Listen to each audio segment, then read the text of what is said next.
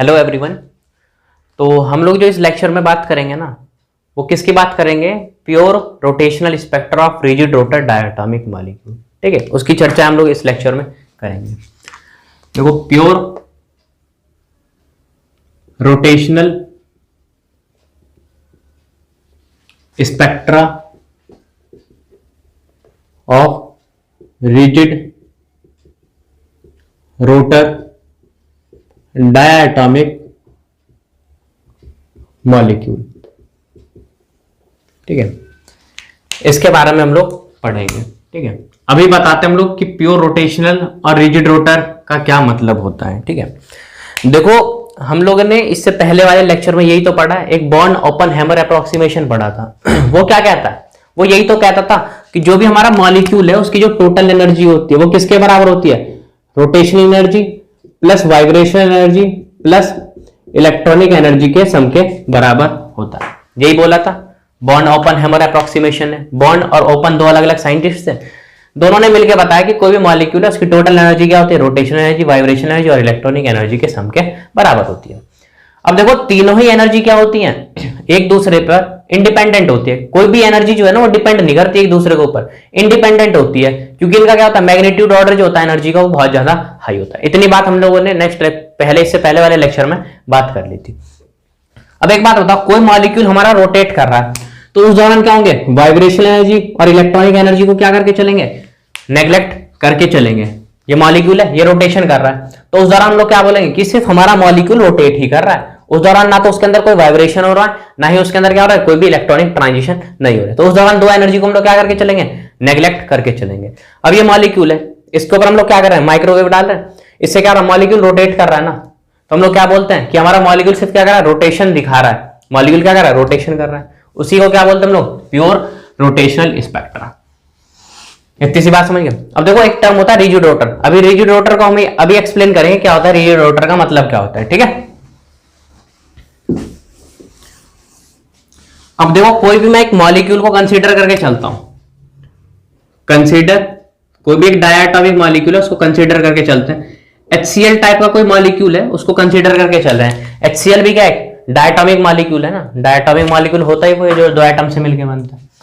अब एक चीज देख रहे हो, HCl में HCl है, इसमें जो क्लोरीन है वो कैसा है? लार्ज एटम है, और इसमें जो हाइड्रोजन है वो कैसा है? स्मॉल एटम है। हाइड्रोजन कैसा है? स्मॉल एटम है, और जो क्लोरीन है वो क्या है? बड़ा एटम है भाई। अब जो बड़ा एटम है उसका तो भाई साइज भी बड़ा होगा, उसका मास भी क्या होगा? बड़ा होगा।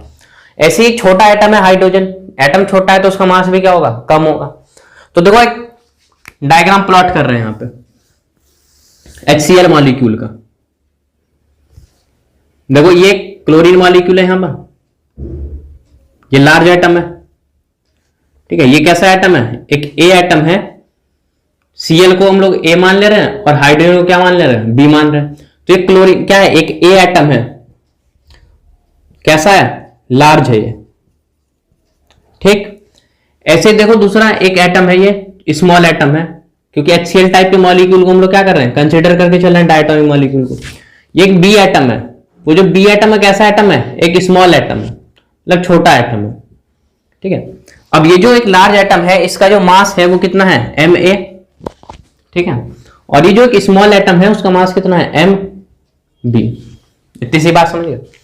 अब यहां पर देखो क्या होता है, इसके न्यूक्लियस से इसके न्यूक्लियस तक के बीच में तो हमारा बॉन्ड बनता है। समझ गए बात को? इसको इसके न्यूक्लियस से इसके न्यूक्लियस तक में हमारा क्या होता है? बॉन्ड बनता है। वो जो डिस्टेंस है, वो जो बॉन्ड लेंथ है, ठीक है, इसको यहां मार्क कर देना, वो कितनी है? R0। ये बॉन्ड लेंथ जो है वो कितनी है? R0। ठीक है, अब देखो, एक सेंटर ऑफ ग्रेविटी को यहां पे डिफाइन कर रहे हैं। C जो होता है वो होता है सेंटर ऑफ ग्रेविटी। ठीक है, अब देखो, एक सेंटर ऑफ ग्रेविटी लग रहा होगा ना यहां पर, फिजिक्स में हम पढ़ते हैं ग्रेविटी के बारे में। ठीक है, सेंटर ऑफ ग्रेविटी देखो होता क्या है? जो बिल्कुल सेंटर में लगता है। सेंटर ऑफ ग्रेविटी क्या होता है? जो दो बिल्कुल सेंटर में जो ग्रेविटी लग रही होती है ना, उसको बोलते हैं हम लोग सेंटर ऑफ ग्रेविटी। लेकिन एक बात बताओ, ग्रेविटी मास पे भी तो डिपेंड करती है। इधर क्या है, लार्ज एटम है, इधर क्या है, स्मॉल एटम है, तो ग्रेविटी क्या होगी, थोड़ी सी इधर की तरफ शिफ्ट हो जाएगी। देखो समझ गया इतनी सी बात। ये क्या हो गई, ये तुम्हारा सी। सी क्या होता है, centre of gravity. Centre of gravity होना कहां चाहिए था, बिल्कुल मिडिल में होना चाहिए था ना, दो एटम के बीच में, लेकिन है कहां, थोड़ा सा लार्ज एटम की तरफ शिफ्ट हो गया सेंटर ऑफ ग्रेविटी। वो क्यों हो गया, क्योंकि लार्ज एटम का मास भी तो ज्यादा होगा, बड़ा एटम है तो, ठीक है। अब यहां पर देखो ये जो एटम है ना, ये वाला एटम, इसको सेंटर ऑफ ग्रेविटी के रेडियस, इसको आर ए रेडियस बोल दे रहे हैं, उससे रोटेट कर दो। आर ए रेडियस से क्या कर दो, सेंटर ऑफ ग्रेविटी के रेस्पेक्ट में रोटेट कर दो इस वाले मॉलिक्यूल को। जब इसके रेस्पेक्ट में हम लोग आर ए रेडियस से रोटेट करेंगे तो इस तरीके से हमारा मॉलिक्यूल क्या करेगा, ये वाला रोटेट करेगा। समझ गया बात को, ये वाला मॉलिक्यूल कैसे करेगा, इस तरीके से आर ए रेडियस से हमारा मॉलिक्यूल क्या करेगा, सेंटर ऑफ ग्रेविटी के रेस्पेक्ट में रोटेट करेगा। ऐसे ये छोटा वाला एटम देखो, स्मॉल एटम, ये जो सेंटर ऑफ ग्रेविटी है यहां से इसके न्यूक्लियस तक की जो डिस्टेंस है उसको मार्क कर देना आर बी। आर नॉट क्या था यहां पर, आर नॉट तो बॉन्ड लेंथ थी दो एटम के बीच में, और आर ए क्या है, आर ए जो है एक रेडियस है, कहां से, इसके न्यूक्लियस से सेंटर ऑफ ग्रेविटी तक की जो डिस्टेंस है उसको आर ए बोल दिया। ऐसे ही स्मॉल एटम का जो न्यूक्लियस है उससे जो सेंटर ऑफ ग्रेविटी तक की जो डिस्टेंस है उसको क्या बोल दिया, आर बी। ठीक है, इसको हमने क्या करा, आर ए रेडियस से रोटेट किया है। ऐसे इसको वाले मॉलिक्यूल को करेंगे आर बी रेडियस से रोटेट करेंगे, तो आर बी रेडियस यहां कहीं बैठेगी जाके, ये क्या करेगा, आर बी रेडियस से ये मॉलिक्यूल हमारा रोटेट करेगा। जब मॉलिक्यूल रोटेट कर रहा है तो हम लोग क्या बोलेंगे कि यहां पर क्या हो रहा है, रोटेशनल हो रहा है, रोटेशनल स्पेक्ट्रा ऑब्जर्व हो रहा है। तो सिर्फ हमारा मॉलिक्यूल क्या कर रहा है, मॉलिक्यूल है ये रोटेट कर रहा है, तो हम क्या बोल रहे हैं, सिर्फ मॉलिक्यूल रोटेट ही तो कर रहा है, इसलिए क्या बोल रहे हैं इसको, प्योर रोटेशनल स्पेक्ट्रा। अब सेकंड टर्म देखो, रिजिड रोटर। रिजिड रोटर का मतलब देखो क्या हो रहा है, ये मॉलिक्यूल है, ये क्या एक मॉलिक्यूल है, ये रोटेट कर रहा है, ये मॉलिक्यूल रोटेट कर रहा है, उस दौरान बॉन्ड लेंथ में कोई चेंज नहीं आ रहा, इसलिए इसको क्या बोलते हैं, रिजिड रोटर। ये एक मॉलिक्यूल है, इसमें क्या हो रहा है, ये रोटेशन कर रहा है, जब रोटेशन कर रहा है उस दौरान बॉन्ड लेंथ में कोई चेंज नहीं हो रहा, बॉन्ड लेंथ कैसी है, फिक्स है, उसी को क्या बोलते हैं हम लोग, रिजिड रोटर।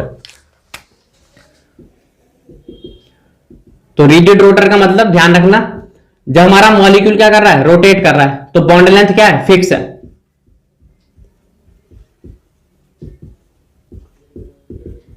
बॉन्ड लेंथ क्या है, फिक्स है, उसी को क्या बोलते हैं हम लोग, रिजिड रोटर। अभी हम लोगों ने किसकी बात करी है, सिर्फ प्योर रोटेशनल की बात करी है ना, वो भी रिजिड रोटर की। अभी प्योर रोटेशनल स्पेक्ट्रा देखेंगे बाद में, किसकी, नॉन रिजिड रोटर की। नॉन रिजिड रोटर में क्या होगा, जब मॉलिक्यूल रोटेट करेगा तो उस दौरान बॉन्ड लेंथ क्या होगी, चेंज होगी, तो उसको क्या बोल देते हैं हम लोग, नॉन रिजिड रोटर।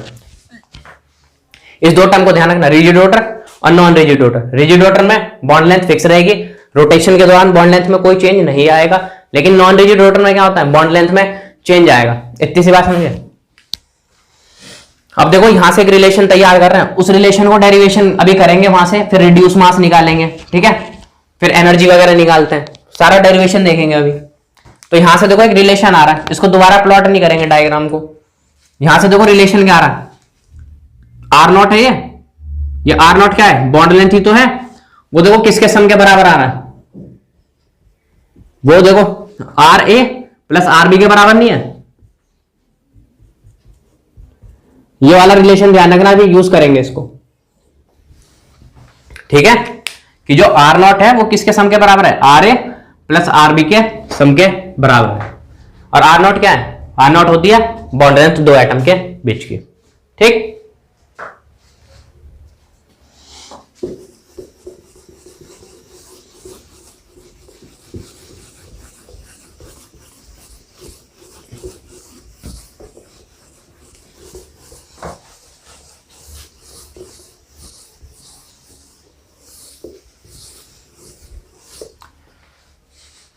देखो यहां पे अभी एक रिलेशन लिखा था ना, वो रिलेशन क्या था कि जो हमारा आर ए है प्लस आर बी है वो किसके सम के बराबर इक्वल है, आर नॉट के, ठीक है।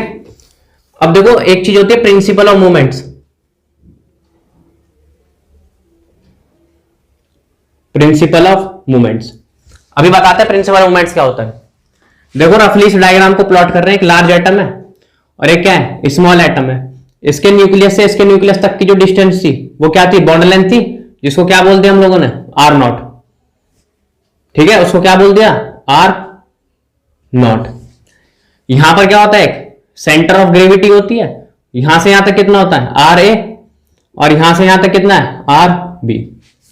अब ये जो एक ए एटम है ये लार्ज एटम है,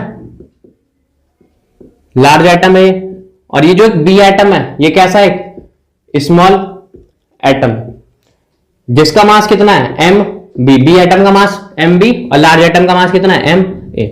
इतनी सी बात समझ गए। इसी वाले डायग्राम से हमने लोगों ने क्या रिलेशन निकाला था, ये निकाला था R nought is equal to R A plus R B के बराबर है, इसके सम के बराबर है। आर नॉट किसके सम के बराबर है, R A plus R B के सम के बराबर है। ठीक है, अब यहां पे देखो प्रिंसिपल ऑफ मूवमेंट्स। ये जो प्रिंसिपल ऑफ मूवमेंट्स है ना, ये देखो क्या होता है, ये होता है mass of A radius of A is equal to mass of B radius of B. ठीक है, अब एक बात बताओ, ये एक लार्ज एटम है, ये एक ए एटम है, इसका रेडियस देखो कितना है आर ए है ना, मास कितना है एम ए, वो किसके बराबर है इस वाले एटम को देखो, इसका मास कितना है एम बी, रेडियस कितना है आर बी। ये दोनों कैसे है प्रिंसिपल ऑफ मूवमेंट्स के अकॉर्डिंग इक्वल है। कहने का मतलब देखो इसका आर ए कितना है छोटा है, इसका मास भी कितना होगा लार्ज एटम का बड़ा होगा ना। कहने का मतलब 6 इंटू 4 कर दें इज इक्वल टू, इसका देखो स्मॉल एटम है, मास क्या होगा कम होगा, मास कितना हो गया 4 हो गया, लेकिन रेडियस भी तो बड़ी हो गई, तो दोनों कितना आ गया, ये भी 24 और ये भी कितना आ रहा है 24, तो दोनों क्या प्रिंसिपल ऑफ मूवमेंट्स के अकॉर्डिंग बराबर है। Mass of A radius of A equal to mass of B radius of B. तो प्रिंसिपल ऑफ मूवमेंट्स के अकॉर्डिंग हम लोगों ने क्या करा, ये रिलेशन लिख दिया। ठीक,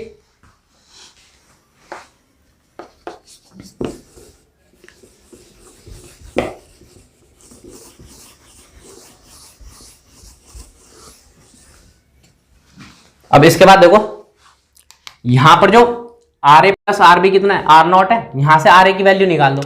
ये वाली इक्वेशन देख रहे हो, यहां से क्या करो आर ए की वैल्यू निकाल दो। आर ए कितना हो गया यहां से R not minus R B. ये वाली जो वैल्यू है इसको उठा के क्या करो इस वाली इक्वेशन में पुट कर दो, तो देखो क्या बन जाएगा एम ए, आर ए की जगह रख दो R not minus R B is equal to M B, ये क्या हो गया आर बी। ठीक, इसके इसमें मल्टीप्लाई कर दो, कितना आ गया M A R not minus M A R B is equal to M B R B. ठीक, अब देखो आर बी और आर बी वाले कॉमन है, तो इसको एक तरफ भेज दो, कितना बन गया M A R nought is equal to M B R B plus M A R B. यहां से देखो M A R nought is equal to R B को कॉमन ले लो यहां से, तो कितना बन गया M A plus M B नहीं बन गया ये, यहां से क्या करो आर बी को कॉमन ले लो, यहां से आर बी की वैल्यू निकाल दो। आर बी कितना आ गया यहां से देखो M A R not upon M A plus M B. एक तो ये रिलेशन आ गया, किसका आ गया आर बी का रिलेशन, आर बी की वैल्यू यहां से निकाल दी हमने। इसी तरीके से हम लोग क्या करेंगे आर ए के लिए भी वैल्यू देखेंगे, आर ए की वैल्यू निकालेंगे। ठीक है, तो आर ए की वैल्यू कैसे निकालेंगे, यहां पर सब आर बी की वैल्यू निकालनी पड़ेगी। यहां से इस वाली इक्वेशन को देखो, इस वाली इक्वेशन को देखो, यहां से क्या करो आर बी की वैल्यू निकाल दो, तो आर बी कितना हो गया यहां से आर नॉट माइनस आर ए। ठीक है, इतनी सी बात। अब ये जो तुमने वैल्यू निकाली है ना, ये जो वैल्यू निकाली है इसको उठा के कहां रख दो, इसको उठा के फिर से इसी इक्वेशन में पुट कर दो। ये वाली जो इक्वेशन है ना इसमें पुट कर दो, इसमें पुट करोगे तो क्या आ जाएगा आर ए की वैल्यू निकलेगी। अभी देखो निकाल के देखते हैं, यहां से कितना आ गया M A R A is equal to M B, R B देखो कितना है R not minus R A, तो यहां से देखो M A R A is equal to M B R not minus M B R A. अब देखो ये वाला टर्म है और ये वाला टर्म है, आर ए कॉमन नहीं आ जाएगा, मैं इसको इधर भेज दूं तो यहां से देखो M A R A plus M B R A is equal to M B R nought. ठीक, यहां से देखो आर ए कॉमन आ रहा है, तो यहां से क्या बन गया M A plus M B is equal to M B R nought. तो आर ए कितना आ गया यहां से देखो, ये आ गया M B R not upon M A plus M B. अभी किसकी वैल्यू निकाली थी सबसे पहले आर बी की निकाली थी, अब किसकी वैल्यू निकाल दी हम लोगों ने यहां से आर ए की वैल्यू निकाली।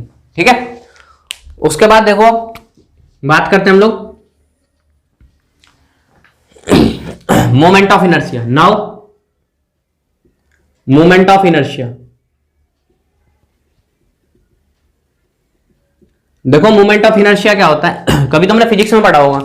मोमेंट ऑफ इनर्शिया क्या करता है, उसके रोटेशन को अपोज करता है। कोई चीज रोटेट कर रही है तो उसके रोटेशन को क्या करेगा, अपोज करता है। वही क्या होता है, मोमेंट ऑफ इनर्शिया। ठीक है, तो देखो मोमेंट ऑफ इनर्शिया का formula I is equal to summation of I M I R I का स्क्वायर। आई क्या है, ये आई वो कंपोनेंट बता रहे हैं कि हमारे एटम कितने हैं। तो हम लोग डायटोमिक मॉलिक्यूल की बात कर रहे हैं, एक ए है और एक बी है। तो यहां से देखो क्या बन जाएगा, एम ए आर ए का whole square plus M B R B का होल स्क्वायर। ये किसकी वैल्यू आ गई, आई की वैल्यू आ गई, एम ए आर ए का whole square plus M B R B का होल स्क्वायर। अब देखो यहां से आर ए की वैल्यू निकाली है, यहां से आर बी की वैल्यू निकाली है। इनकी वैल्यू को उठा के कहां पुट कर दो, इस इक्वेशन में पुट कर दो। ठीक है, तो यहां से देखो I is equal to M A R A, देखो कितना आ गया, ये आर ए है, इसकी वैल्यू उठा के रख दो। यहां पे कितना बन गया, M B R not upon M A, sorry M A plus M B, इसका क्या करो होल स्क्वायर प्लस ऐसे क्या करो एम बी, यहां पर क्या रख दो आरबी का, आरबी की वैल्यू ये रही, वो कितनी है, M A R not upon M A plus M B का होल स्क्वायर।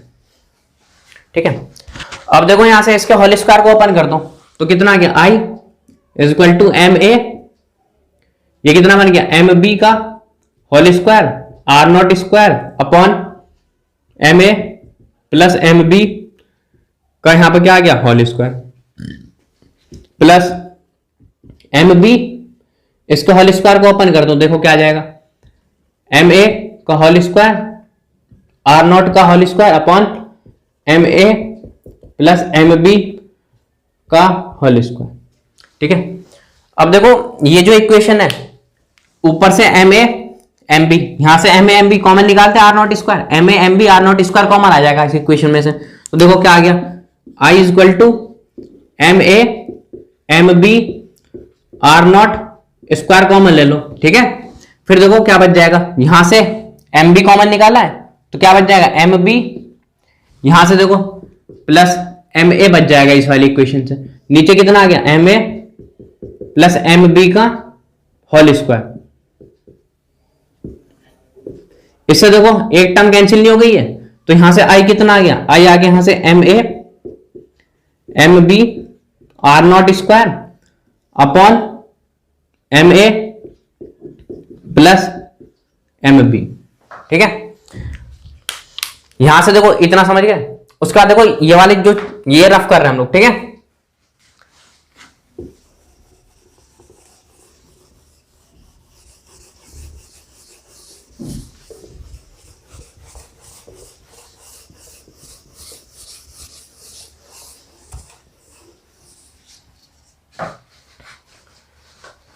तो देखो ये वाली फॉर्म बन गई हमारे पास, कौन सी, I is equal to M ए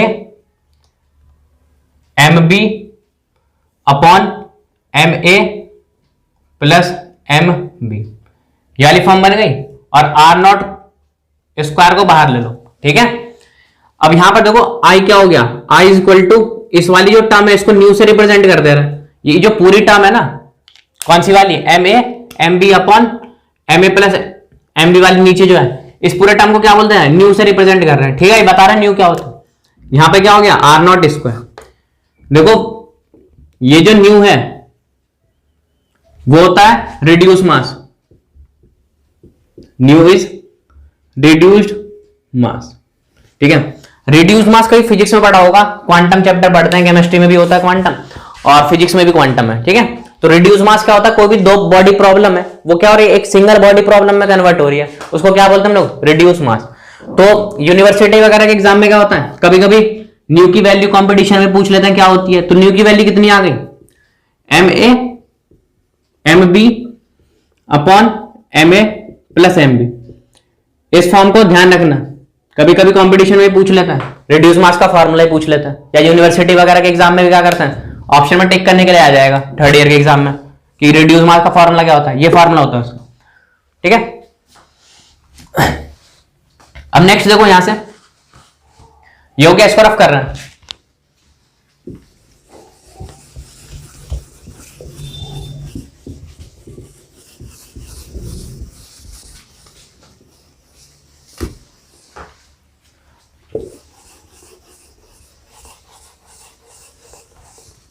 अभी देखो कौन सी फॉर्म बनाई थी, ये वाली फॉर्म बनाई थी, I is equal to nu R not square. ठीक है, अब इसके बाद बात करते हैं हम लोग now rotational kinetic energy. Rotational kinetic energy की बात कर रहे हैं। ठीक है, देखो तुमने काइनेटिक एनर्जी पढ़ा होगा, क्या होता है, हाफ एम वी स्क्वायर। ठीक है, ऐसे देखो रोटेशनल काइनेटिक एनर्जी क्या होता है, हाफ, ये जो मास है इसको रिप्लेस कर देता है आई से।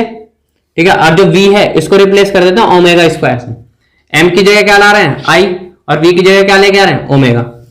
आई क्या होता है यहां पर, आई होता है moment of inertia, moment of inertia, और ओमेगा क्या है यहां पर, ओमेगा जो होता है वो होता है एंगुलर वेलोसिटी। ओमेगा क्या है, एंगुलर वेलोसिटी। अब देखो एक तो फॉर्म ये बन गई किसकी, रोटेशनल काइनेटिक एनर्जी की। ठीक, इसी तरीके से देखो अब बात करते हैं हम लोग एंगुलर मोमेंटम की। एंगुलर मोमेंटम, देखो एंगुलर मोमेंटम क्या होता है, एंगुलर मोमेंटम होता है L is equal to I omega. ठीक है, अब यहां से देखो ओमेगा की वैल्यू उठा के इसमें रख दो, ओमेगा कितना आ जाएगा, यहां से ओमेगा आ गया तुम्हारा L अप बाई आई आ गया, इसकी वैल्यू उठा के यहां रख दो, तो एनर्जी कितनी आ गई, E is equal to half I omega कितना आ गया, L बाई आई का होल स्क्वायर, क्योंकि यहां पर भी क्या है, होल स्क्वायर। अब देखो यहां पर क्या होगा, आई स्क्वायर बन गया, या आई स्क्वायर से एक आई खत्म हो जाएगा, तो फॉर्म क्या बन जाएगी, E is equal to half L square by I. ठीक है, ये क्या बन गई तुम्हारी रोटेशनल काइनेटिक एनर्जी। अब देखो ये कौन सी है, रोटेशनल है ना, तो रोटेशनल को हम लोग जे से रिप्रेजेंट करते हैं। ठीक है, अभी बताने जे क्यों लगा यहाँ पे, जे मतलब होता है रोटेशनल के लिए पढ़ रहे हैं, तो ये कौन सी आई है, रोटेशनल काइनेटिक एनर्जी कितनी आ गई, half L square by I. अब देखो इसे रफ कर रहे हैं। ठीक है,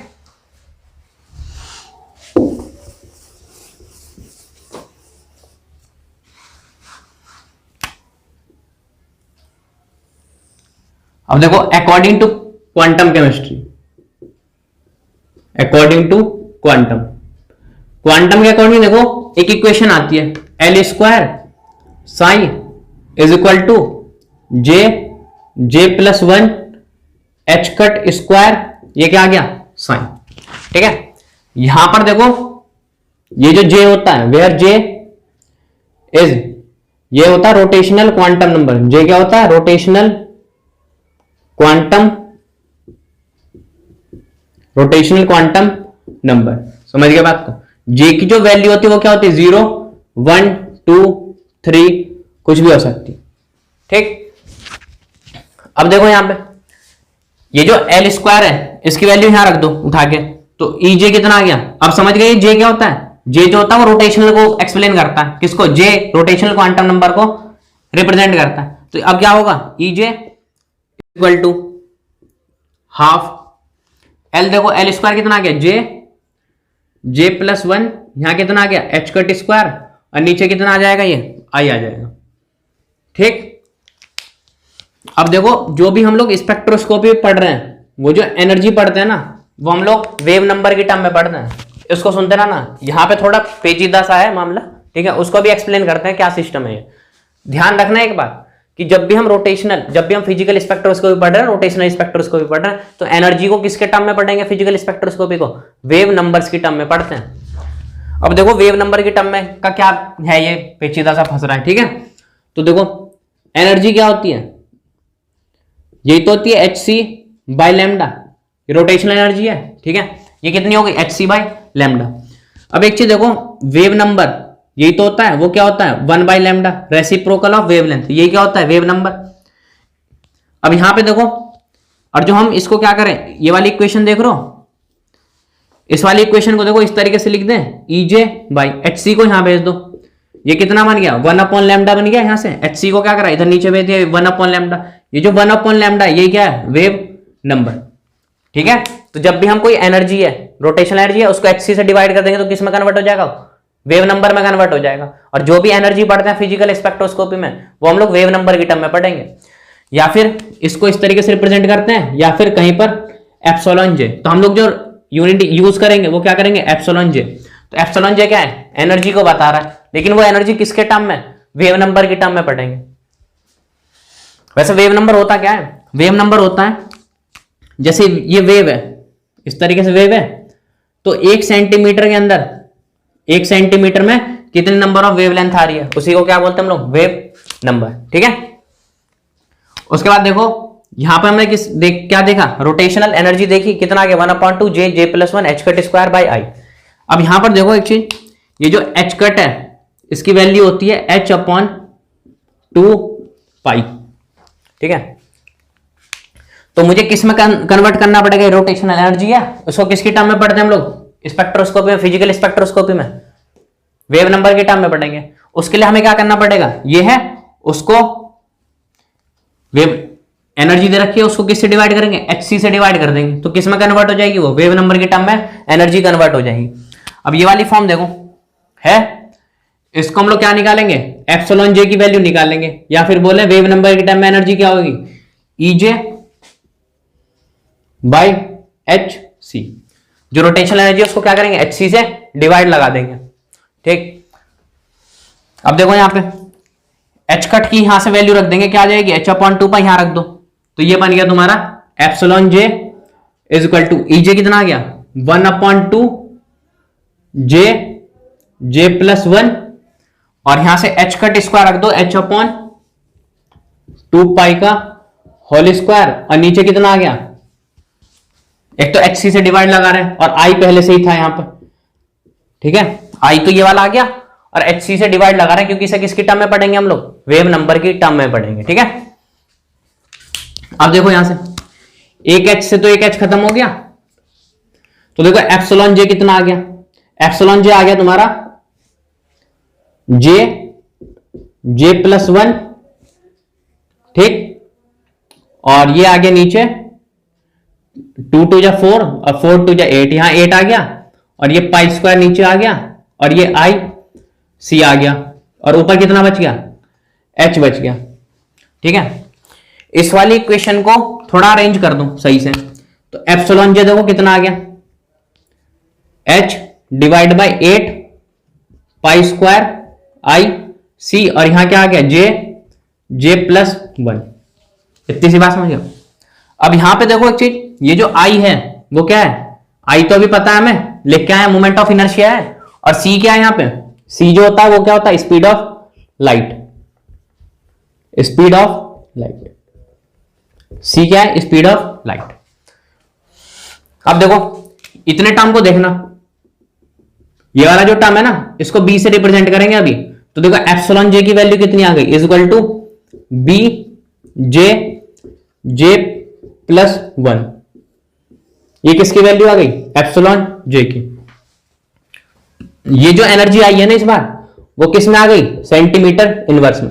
तो एक बार यूनिवर्सिटी के एग्जाम में पूछ लिया, पता क्या पूछा, कि जो एनर्जी हम लोग मेजर करते हैं फिजिकल स्पेक्ट्रोस्कोपी में, किसकी टर्म में कर रहे हैं, एक तो वेव नंबर की टर्म में कर रहे हैं, उसकी यूनिट क्या है, सेंटीमीटर इनवर्स। समझ गए बात को, इसकी यूनिट क्या हो गई, सेंटीमीटर इनवर्स। अब देखो यहां से ये जो बी जो है उसको क्या बोलते हैं हम लोग, बी जो होता है वो होता है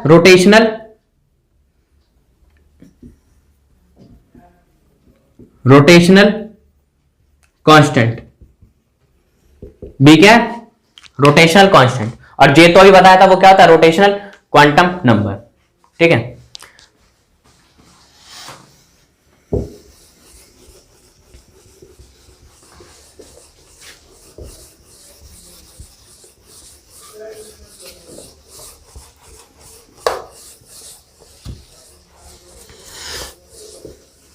अब देखो ये वाली फॉर्म ध्यान रखना, ये हद से ज्यादा इंपॉर्टेंट है।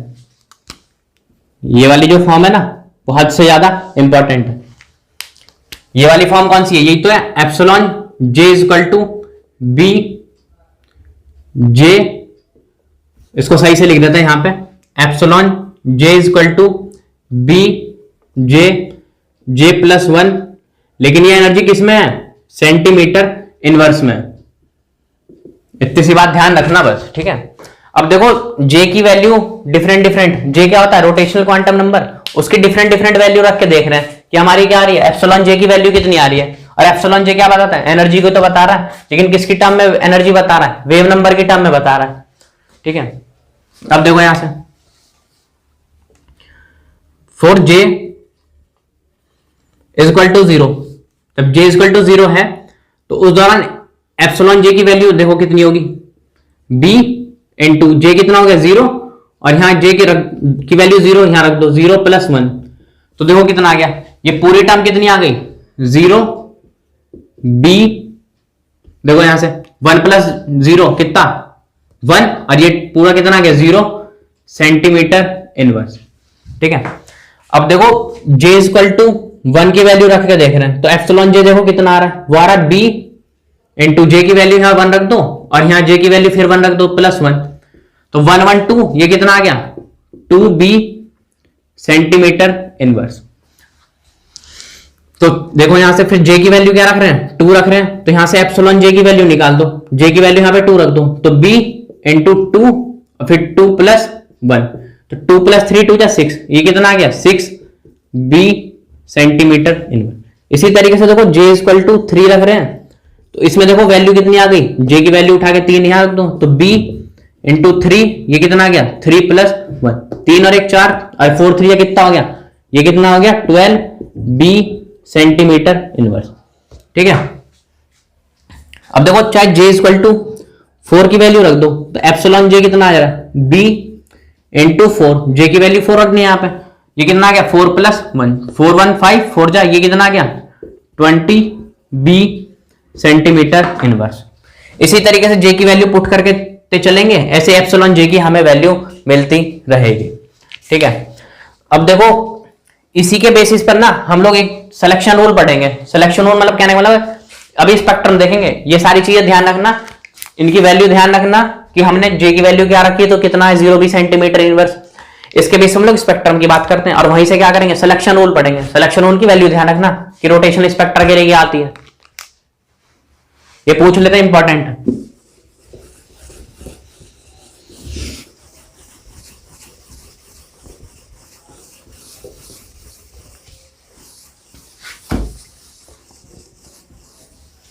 अब देखो यहां पे एक स्पेक्ट्रम तैयार कर रहे हैं। सबसे पहले देखो एक एनर्जी स्टेट ये है, ये कौन सी है J = 0 वाली। जब J = 0 है तो एप्सिलॉन J की वैल्यू देखो कितनी आ रही है 0 सेंटीमीटर इनवर्स, 0 सेंटीमीटर इनवर्स। फिर देखो J = 1 वाला बनाएंगे स्टेट, यहां पे ये वाली कौन सी हो गई J = 1 वाली। जब J = 1 है तो एप्सिलॉन J की वैल्यू कितनी आ गई 2b सेंटीमीटर इनवर्स। एप्सिलॉन 1 की वैल्यू या फिर बोल दो J की वैल्यू वो कितनी आ रही है 2b सेंटीमीटर इनवर्स। फिर देखो जो J = 2 आएगी वो यहां आ रही है, J = 2 पे जो हमारी स्टेट आ रही है वो यहां पे आ रही है, इसको सही से ड्रॉ कर दो। तो एप्सिलॉन J कितना आ रहा है J = 2 पे देखो एप्सिलॉन J आ रहा है 6b सेंटीमीटर इनवर्स। फिर देखो J = 3 पे यहां आ रहा है, J = 3 पे क्या बन रहा है J = 3 पे एप्सिलॉन J की वैल्यू 12b सेंटीमीटर इनवर्स। फिर देखो इसको रफ कर रहे हैं यहां पे,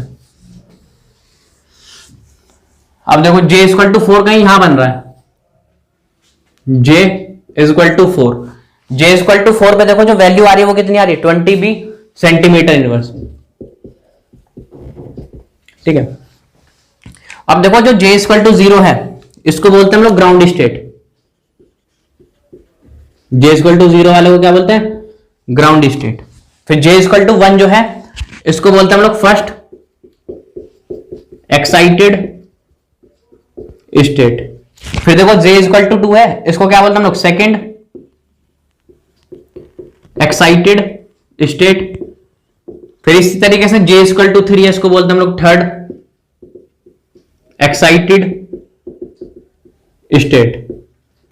फिर देखो जो J = 4 है इसको क्या बोलते हैं हम लोग फोर्थ एक्साइटेड स्टेट। इसी तरीके से क्या होते हैं ये बहुत सारी स्टेट बनी होती है इसके अंदर, तो यहां पे भी क्या करते हैं डैश डैश डैश, यहां पे भी क्या करते हैं डैश डैश डैश। समझ के बात को, बहुत सारी स्टेट होती है इसके अंदर। अब देखो यहां पे जो ट्रांजिशन हो रहा है, मान लो यहां पर है, ये यहां से कहां कर रहा है, यहां पे ट्रांजिशन हो रहा है इसका, ठीक है।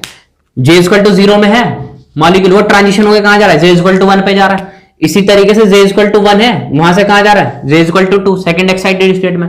ऐसे 2 से कहां जा रहा है, थर्ड एक्साइटेड स्टेट में जा रहा है। देखो J इक्वल टू 0 वाले में है मॉलिक्यूल, वो J इक्वल टू 2 में नहीं जाएगा, या फिर बोले तो J इक्वल टू 3 वाले में नहीं जाएगा, कूद के जंप करके चला गया। ये जब यहां पर जो सिलेक्शन होता ना कि मतलब ट्रांजिशन किस तरीके से, ये स्टेट है, इसके अंदर जो ट्रांजिशन हो रहे हैं स्टेप वाइज होते हैं। कहने का मतलब J इक्वल टू 0, 0 से 1 पे चला गया, या फिर बोले तो 1 से 2 पे चला गया। ये जो होते हैं वो अलाउड होते हैं कि इस तरीके से जो ट्रांजिशन हो सकते हैं वो अलाउड है कि हो सकता है ट्रांजिशन। लेकिन J इक्वल टू क्या है, ये वाली टर्म देखो, J इक्वल टू 0 से कहां जा रहा है, सीधा J इक्वल टू 3 पर, ये फॉरबिडन है। ये वाला जो ट्रांजिशन हो रहा है यहां पर वो कैसा है, फॉरबिडन। कहने का मतलब ये ट्रांजिशन होगा ही, रोटेशन स्पेक्ट्रा के अंदर क्या होगा, ये ऑब्जर्व ही नहीं होगा, ये हमें क्या दिखेगा, होगा ही नहीं ट्रांजिशन। J इक्वल टू 0 है, ग्राउंड स्टेट में है, वो सीधा कहां चला गया, जंप करके थर्ड एक्साइटेड स्टेट में चला गया। तो इससे क्या बोल रहे हैं, ये फॉरबिडन है, ये वाले ट्रांजिशन नहीं होते। सिर्फ यहां पर जो ट्रांजिशन होते हैं ना वो कौन से होते हैं, एक बात ध्यान रख लेना, यहां पे लिख देना, ठीक है।